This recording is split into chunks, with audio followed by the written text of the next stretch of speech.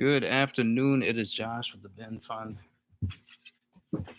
and today we're going to be hanging some clothes with the bros. And when I say the bros, I'm talking about me and myself and my reflection that I'm looking at right now. Oh snap! I need some chains. 2 seconds.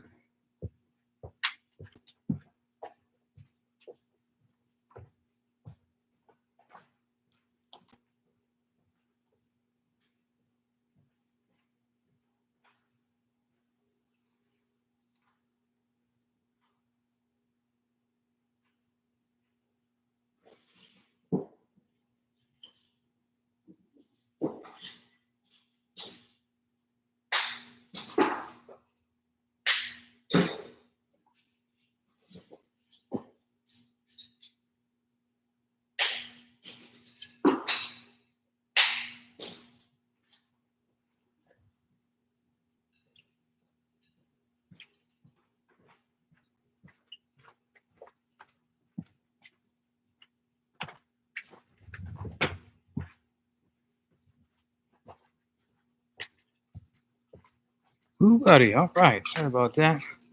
Feeling a little bit fired up today. You know what I'm saying? We just got through Passover and is my hat crooked? Just got through Passover, and if you're not familiar with that, it is the Feast of Unleavened Bread. And basically, what we eat as Americans, for the majority, is not on the menu. So, just got done with that, and now we're back to eating what we would normally consider carbs, right? Back to being able to handle those things.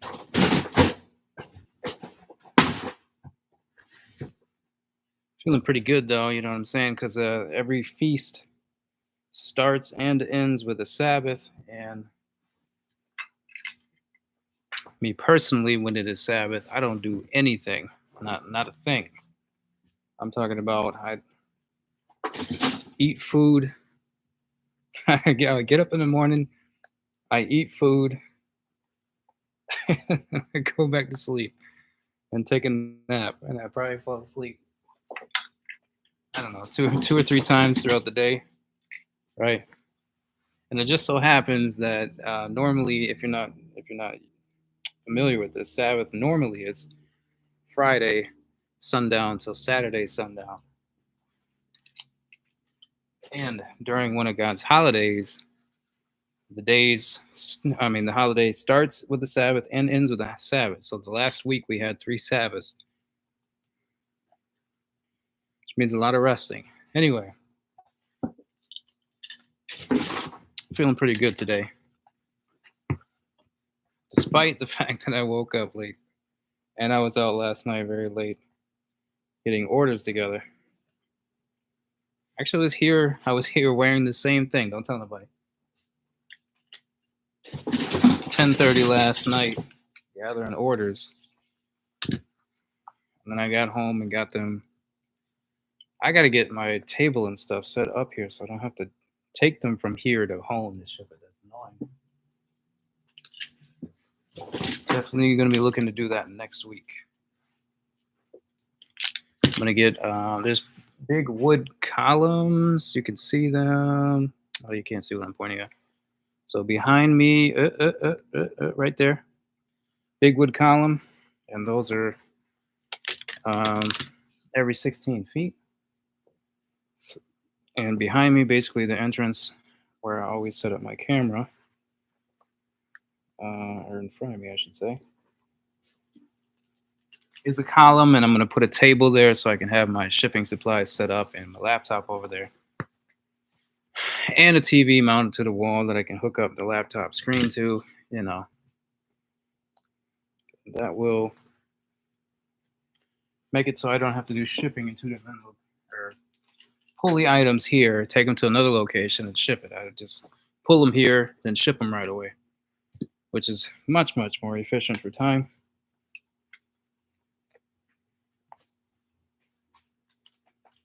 Those of you that have businesses should probably understand that the more efficient you are with the time, the more money you make, right?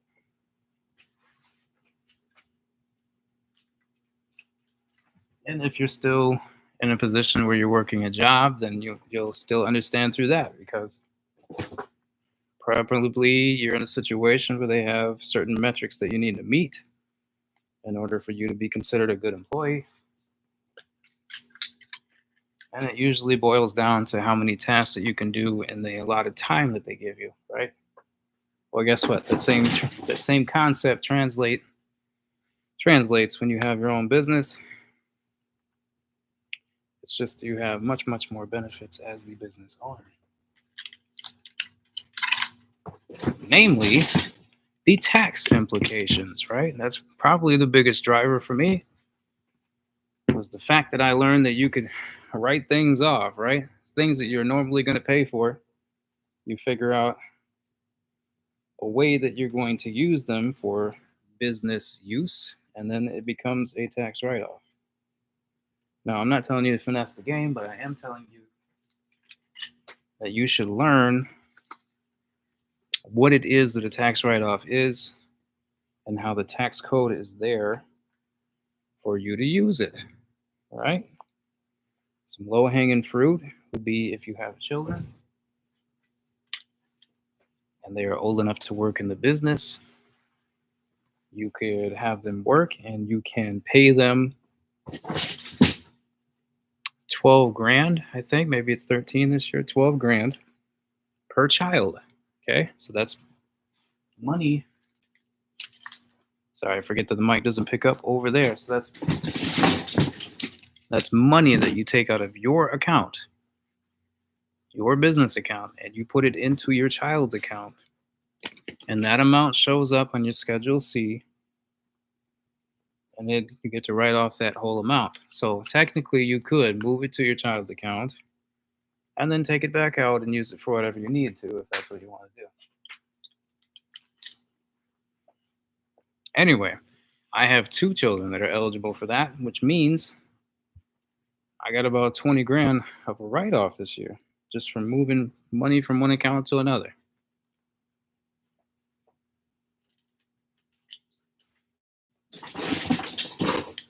And you have no write off opportunities as an employee. Unless you're, 1099. But if you're W-2, no. Negatory. So the move for you, whoever at some point in the future is going to scroll back and see the videos that had no play and is going to listen to this, what you need to do, person, is figure out how to get yourself into either a 1099. Sorry, I forget you can't pick me up. Either a 1099 situation, right? Maybe you pick up a side hustle where you, I don't know, deliver groceries for Instacart, right? Just doing that would allow you to write off mileage on your car, right? And then a portion of your cell phone bill.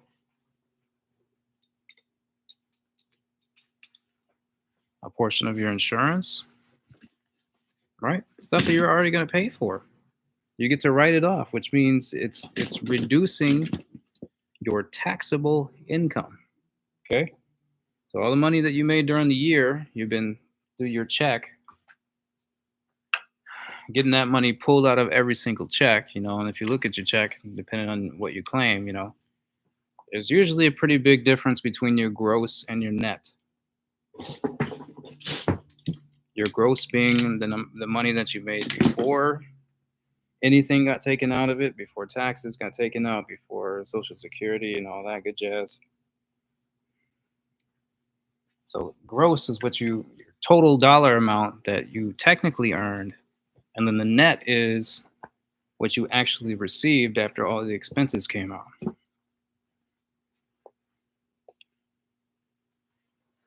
And what we want to do is, as the entrepreneur, you have control over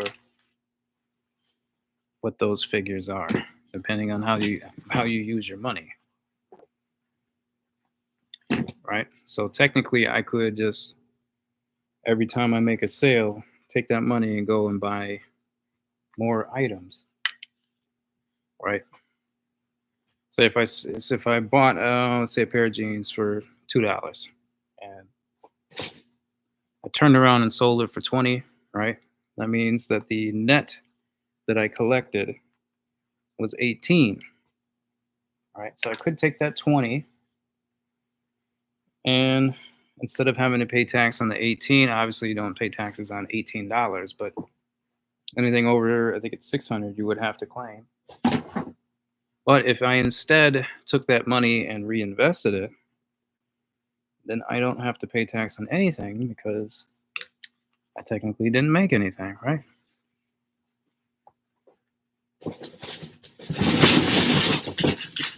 Now that concept, what we're going to be learning about on this channel when we get into those positions is you need to find something that you can make more money that you need to live on, and then you're going to take that extra money and you're going to invest it, right?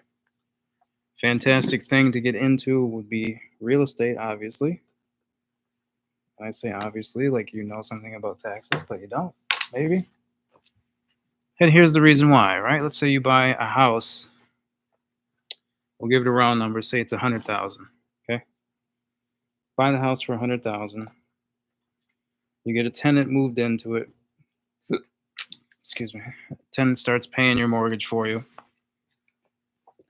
and you're collecting, say, $100 off the top, right? So that's not very much money. It's not very much cash flow, but over the course of time, that is an asset that is getting paid off by not you, still getting paid off.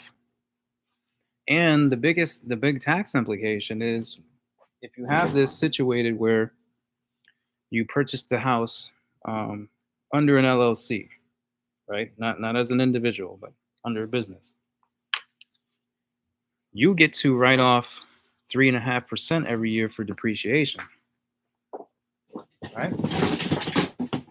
So that's in that situation. If it's $100,000 house, it's 3.5 grand every year that you get to depreciate off the top, reducing your taxable income. Now that's not going to move the needle for most people, but you do have the opportunity for more write-off power than that. Okay, you can do what's called bonus depreciation via a cost segregation study.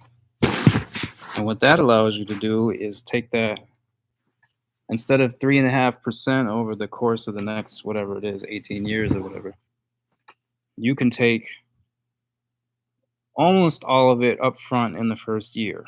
All right. And basically you have somebody come out, and it's a professional, and what they're going to do is itemize every single thing in the house.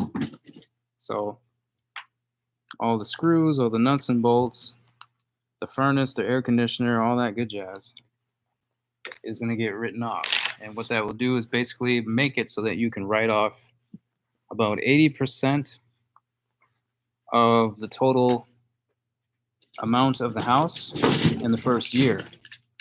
So the example that we're talking about, we went from, so we bought the $100,000 house, and instead of getting the traditional 3.5%, the 3.5 grand, we're going to do a cost segregation study, and we're going to be able to write off 80 grand that first year, right? So if you're in a situation where you made 100 grand, well, then that's juicy, because you can write off a significant amount of the money that you earned, and therefore reduce your tax liability, right? So instead of having to pay taxes on 100 grand in this situation, you would only have to pay taxes on 20 grand, right? And if you had two shorties like I do in that situation, you funnel that 20 grand through their accounts, and guess what? You don't really have that much of a tax liability this year. Now, obviously, you need to speak with a professional before you try to make any moves like that. But I'm just saying, those are the opportunities. And if you're still working at a W-2, you don't get those opportunities. So you need to figure out a way where you can get into either a 1099 or just have your own, start up your own business. Start up your own business. Start cutting grass on the weekend for a hobby at first, and then when the money starts coming in, maybe it's $1,000 a month or whatever it is. Whatever it is, you need to take advantage of that situation. Because no matter what thing that you get into, there are some low-hanging fruit for write-offs that you're going to have. You're going to have home office space, right? As long as you have a space in your house that you can dedicate, right? Maybe it's a spare bedroom or something. You can dedicate to office use for your business.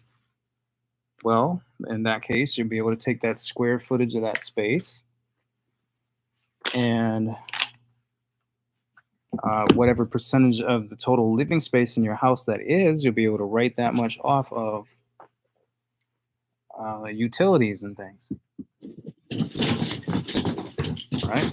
So let's say that the room is, let's say it's a ranch, right? It's like a 3-bedroom or a 2-bedroom ranch or something.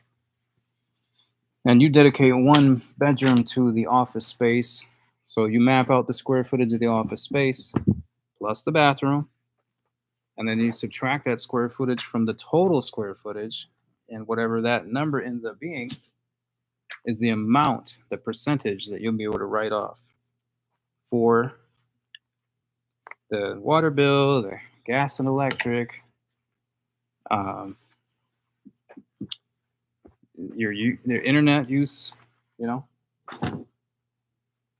all of that. Things that you're already paying for, you'll be able to advantage yourself or take an advantage in the tax, reducing your income, therefore your tax liability, which if you're still working a job, this means at the end of the year, when you crank the numbers, you're going to get a bigger chunk return, right? Obviously, the best scenario would be that you make enough money in your side gig that you can quit your job, right? But that usually doesn't start off that way. So, obviously, these are things that I was interested in as somebody who got into investing a while back, or at least was intrigued by the idea of it. And then I ran into a feller when I was doing an install in Milwaukee, and he was telling me about, okay, first of all, I walked into his house, right? And the entire house, the living room, the dining room, the bedroom, the basement, every single room was filled with racks like this with suits on them, right? I'm like, that's different. I don't see that every day, right? So I finished the job, and then obviously I had to talk to him afterwards because I was curious. And he was like, yeah, man, so what happened was I went on eBay and I found this guy selling a bunch of suits in bulk. And it was a good deal if you were able to sell those individually. So I bought them from him, and I turned around and sold them individually.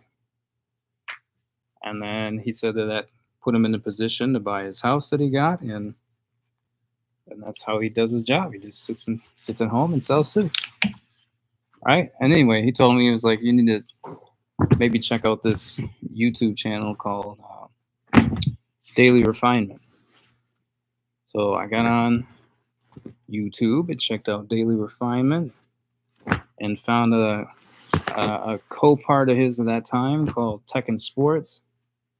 And he's the one that showed me this technique that we're doing here, where we're listing all these items every single day to get to the point where we sell as many as you list every day.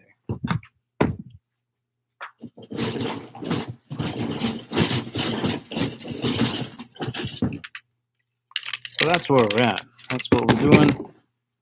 Been cranking these listings out every day. And we're getting pretty close to where we will say that we're selling 50 items every day. Probably, I'm kind of spitballing, 2 months from now, maybe 3 months from now. Should be very, very good. Deep in the 40s every day.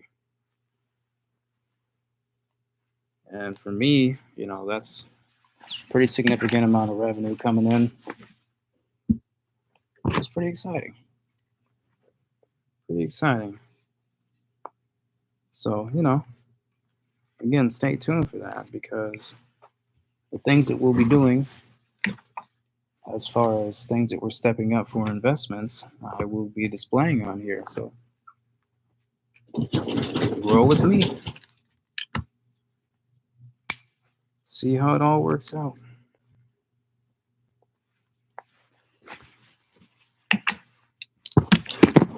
Anyway, we got this day's stuff hung up. Thanks for hanging out. Josh, the bin funds. Stay up.